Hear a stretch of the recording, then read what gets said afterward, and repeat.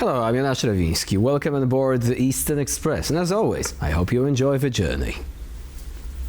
Sanctions were supposed to break Russia. Instead, they helped rebuild it, just in a different shape. For nearly 4 years now, Western sanctions on Russia have existed in a strange superposition. Hailed as devastating in press releases, dismissed as toothless in Kremlin propaganda, and quietly misunderstood by almost everyone else. Moscow hasn't collapsed, hasn't backed down, and hasn't run out of money, at least not yet. What it has done is learn, adapt, and weaponize the very pressure meant to restrain it. The sanctions did not stop the invasion of Ukraine. They did not collapse the Russian economy. And yet, they fundamentally reshaped how the Russian state wages war, manages loyalty, and insulates itself from pressure.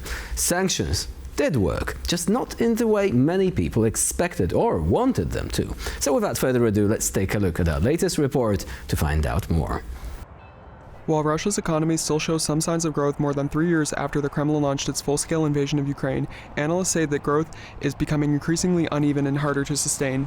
Heavy state spending on the military and defense industry has helped keep factories running and employment high, allowing Moscow to avoid the kind of economic collapse many predicted earlier in the war. Defense production surged, while labor shortages have pushed demand higher across parts of the economy. At the same time, inflation remains elevated, forcing the central bank to maintain high interest rates that are weighing on consumer spending and investment. Economists warn that wartime demand is now outstripping supply, creating bottlenecks and overheating risks. Trade patterns have also shifted sharply since the start of the war.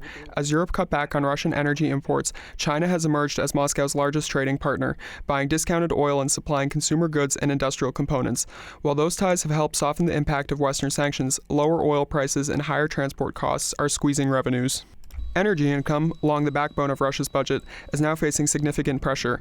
At the same time, large payouts to soldiers and their families have temporarily boosted incomes in some regions, but they mask deeper structural problems.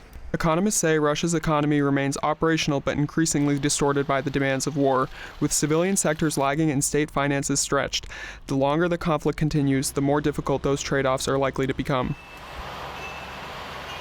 And now let's zone in on the East-splaining portion of our show. And figures have shown a negative trend in Russia's economic outlook.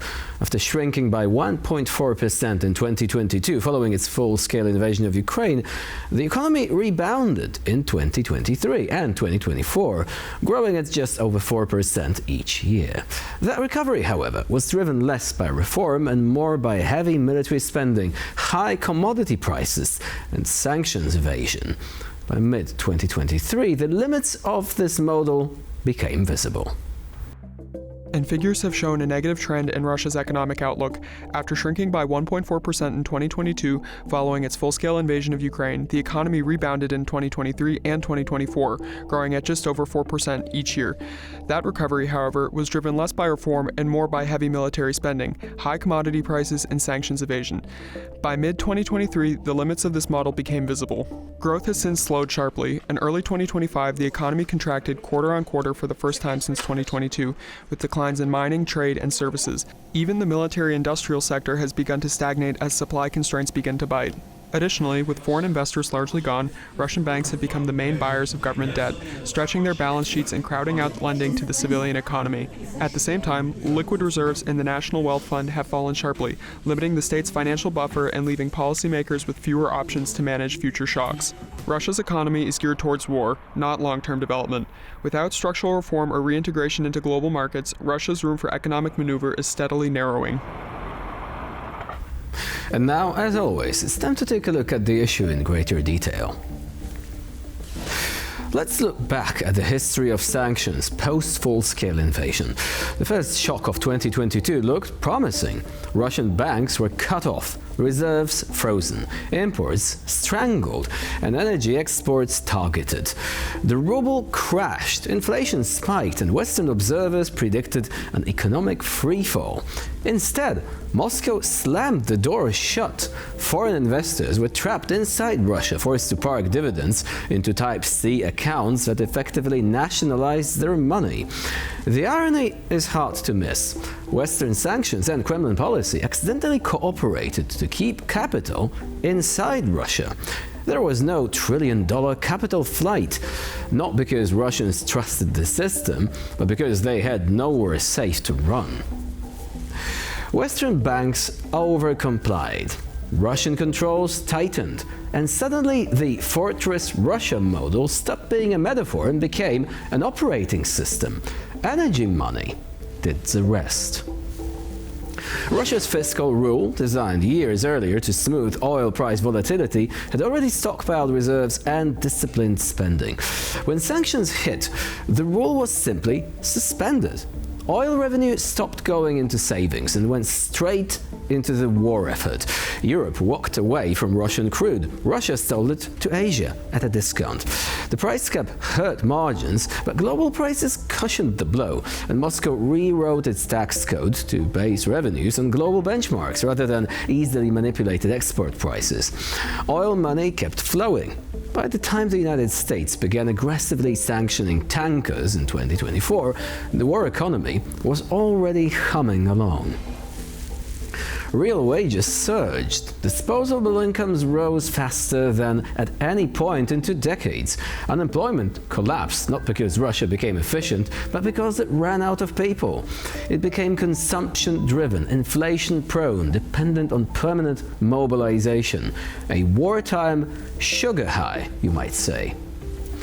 Sanctions didn't collapse Russia, they reorganized it. And that brings us to the real mistake of the post-2014 sanctions era. The West treated sanctions like warnings, limited, cautious, and reversible. Russia treated them like training. Debt was domesticated, payment systems nationalized, and reserves de-dollarized. By 2022, the Kremlin believed that the West would never touch its financial core. Putin also made a colder calculation that even catastrophic sanctions would be worth it if Ukraine fell quickly. Bad intelligence, ideological conviction, and a belief in Western hesitation combined into a fatal bet. When Kiev didn't fall, sanctions arrived too late to deter, too slowly to overwhelm. Sanctions didn't just fail to destabilize Putin domestically, they helped him rebuild his coalition. They didn't create Putinism, but they hardened it. Sanctions won't end the war by themselves, but used correctly, they can make the next one simply unaffordable. And now here to shed more light on the issue is Wojciech Jakubik, Energy Security Analyst at the Energy Security Center. Hello and welcome to Eastern Express. My pleasure. So when discussing the Russian economy and its resilience, do you think that one of the fallacies that some analysts have actually encountered along the way was considering sanctions to be something of a magic bullet? It doesn't really work that way, but doesn't mean that sanctions are not effective either, right? Yeah, the sanctions are not the final solution of the issue of Russian imperialism. It is only one of the tools in our toolkit to manage the situations. Sanctions are should be paired with constant support of Ukraine and constant condemnation of what Russia is doing, and those two tools combined could make Russian stop the invasion. They already have issues with further development in the eastern part of Ukraine. They gained a small amount of land in spite of their main goal to invade whole Ukraine, in spite of the intermediate goals of reaching full Donbass and southern Ukraine part when it comes to the control of the land. So the sanctions are working. They are changing the nature of Russian petrostate, because Russians cannot rely on oil and gas revenues anymore. It is even underlined by their own Minister of Finance, Anton Siluanov, who stated that Russia is changing its main engine of development from the revenues coming from oil and gas to the economic development based on war effort. So Russian petrostate is becoming more and more the war state. And that actually sounds like a sobering assessment. Now, let's cut straight to the chase. If you were to craft the perfect sanction package at this stage of the conflict, what do you think should be added that is not there already when it comes to sanctions on the Russian energy industry, but generally the economy as such? What are we missing as the Western community? Yeah, so we don't have a full embargo on Russian oil and gas. Still, there are some countries which are importing it. We have the lack of secondary sanctions for the subjects which are helping Russia to circumvent existing sanctions. We are having this discussion on tariff policy against Russian resources like hydrocarbons and others. So there is plenty of room for further sanctions, but we need to remember about the logic of sanction policy. The goal of sanction is to change the behavior of the sanctioned entity. So if you want to have a change in Russian behavior, you need to escalate sanctions. If Russia is not changing its behavior, and that is what is happening right now, we need to escalate the sanctions. We are not looking for some final silver bullet, but we are escalating. But as we can see, Europeans are escalating, but Americans are not for now, because they are creating some room for maneuver when it comes to negotiation on peace process. But after we see that Russia is not changing anything in its stance, we need to follow up with further sanctions right now.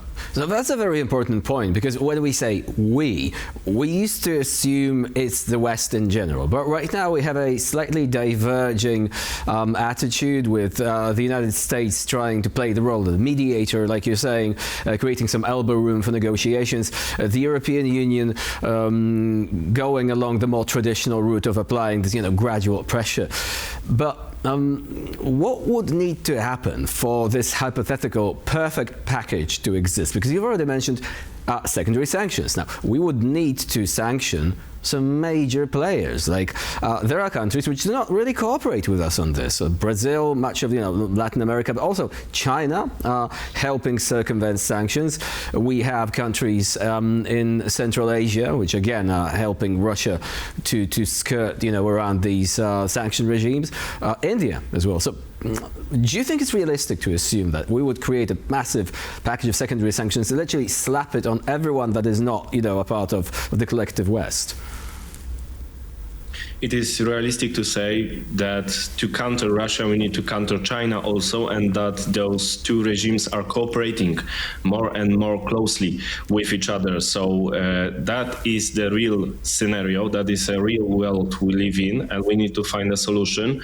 Of course, the Western approach was diverse. Not only in present times, but also like 5 years ago, 10 years ago, it was the other way around, that Europeans were hesitating and Americans were decisive when it comes to the sanction packages. Since the illegal annexation of Crimea, Americans were leading. They were going with the first sanctions against Nord Stream 2 project, different sanctions about specific American projects in Biden era. And now it is the other way around. It is the European Union that is proposing sanctions, strict sanctions against Russian natural gas that is to be removed totally from Europe until the end of 2027. Americans are speaking about it, but when it comes to a specific legislation, it is waiting in Parliament, because we have this proposal of 500% tariffs on Russian resources. We also have this proposal of further sanctions against Russia that are waiting for president approval. And the only reason that it is not happening is because Donald Trump is looking for a way to get along with Russia, in spite of empirical evidence that it is not the case. Right, but he did impose sanctions on Rosneft and Lukoil, right? And that led to these companies scrambling to sell off their assets. That wasn't there before. So we could say, well, the US is still escalating, right? But that is an escalation. That wasn't there during the Biden administration, admittedly, right? That's true. That's true. That's a good point, and that's a good move in the right direction. But it was not followed, and still Russia is not changing its behavior. So, going by the rules of sanction escalation logic, we need to introduce further sanctions. And, for example, when it comes to Russian assets in Europe, Europe is ready. US is not ready. So we need to combine our approach. We need to have this coordination once again to be more effective in countering not only Russia, but also China and India, which pressed in a wise way could choose the Western cooperation in spite of what is happening in Russia. So there will need to be a set of incentives for these countries as well. Now, you've mentioned that the question of assets is what divides the US and Europe. But we didn't even have unity on that in Europe. I mean, the Belgian opposition to the use of frozen Russian assets is well known already, and so far it has not been overcome. The European Union had to devise Plan B to go around it. Do you think this is going to change? I mean, countries like Sweden are already saying, okay, it's not fair for us to pay a disproportionate part of the price for helping Ukraine. We want to help Ukraine, but let other countries also play their part. Well, so Europe is a big family full of quarrels and issues because it's not centrally governed like a regime in China or in Russia, but it also has its advantages. That is why people are fleeing from Russia to European Union, not the other way around, not mentioning the spies. But when it comes to our policy towards the Russian assets, it was hard to get a compromise, but we have something on the table, which is that Ukraine support is to be returned by Russian reparation after the end of the war. And if Russia is not paying the reparations, it could be paid with its assets, which are permanently frozen in Europe. So we have a so halfway happy, so to say. I've got one quick question because I would like to mention this. General Ben Hodges said that if we stop the Russian shadow fleet from traveling through the Baltic, the war might not even last until the end of 2026. Russia needs the shadow fleet to sustain it. Do we have what it takes to finally stop this from happening? Russia taking the oil under our noses using that fleet of tankers.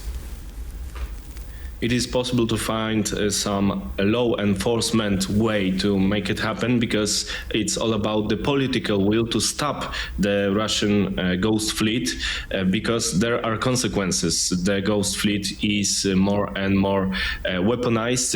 We've had information about militarization of such vessels. There could be some Russian troops on board of such ships which are transporting Russian oil in spite of the sanctions. Those ships are sometimes also connected to China, to India, to Emirates. So it is a tough decision to be made, but from the military perspective, it is possible, and we have some precedents in the past to stop the ships from Russian shadow fleet.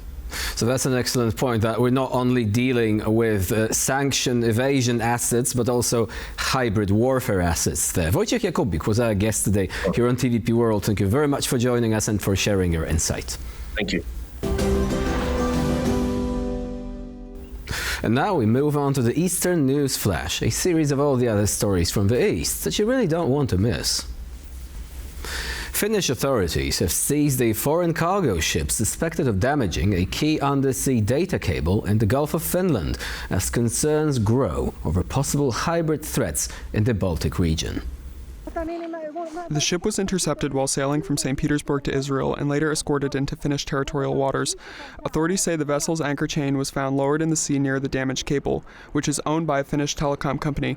14 crew members from several countries, including Russia, were detained for questioning. Police are investigating the case as aggravated criminal damage and interference with telecommunications, though officials stress that an accident has not been ruled out. The incident follows a series of similar cases in the Baltic Sea since Russia's invasion of Ukraine, raising security concerns among NATO members. Ukrainian President Volodymyr Zelensky says the United States is preparing a new economic plan that could dramatically raise wages and tie Western business interests to Ukraine's post-war recovery. Zelensky announced on December 30th that Washington is working on formal agreements that would bring American and European companies into Ukraine under special conditions, potentially tripling average wages. Speaking at an online press conference, Zelensky said that the proposal focuses on job creation, economic recovery, and encouraging Ukrainians to return home after the war. Average monthly salaries currently stand at around $580, meaning a threefold increase would move incomes closer to Central European levels. Zelensky said that the plan would rely on government-to-government agreements rather than market forces alone and requires significant upfront investment. New figures from Ukrainian authorities highlight the scale of the country's demographic challenge, with millions of citizens still living abroad and little sign of a rapid return. According to Ukraine's Human Rights Commissioner Dmytro Lubinets, as many as 11 million Ukrainian citizens may currently be living outside the country. Lubinets said official foreign ministry data shows 8.5 million Ukrainians living abroad, but the true number is likely higher because many do not register with consulates. The National Bank of Ukraine has warned that a mass return of refugees is unlikely before next year. Instead, it expects a slow process, potentially involving around 100,000 returns annually. And for this episode of Eastern Express, it's the end of the line. Please stay with us here on TVP World for more latest news, updates and commentary.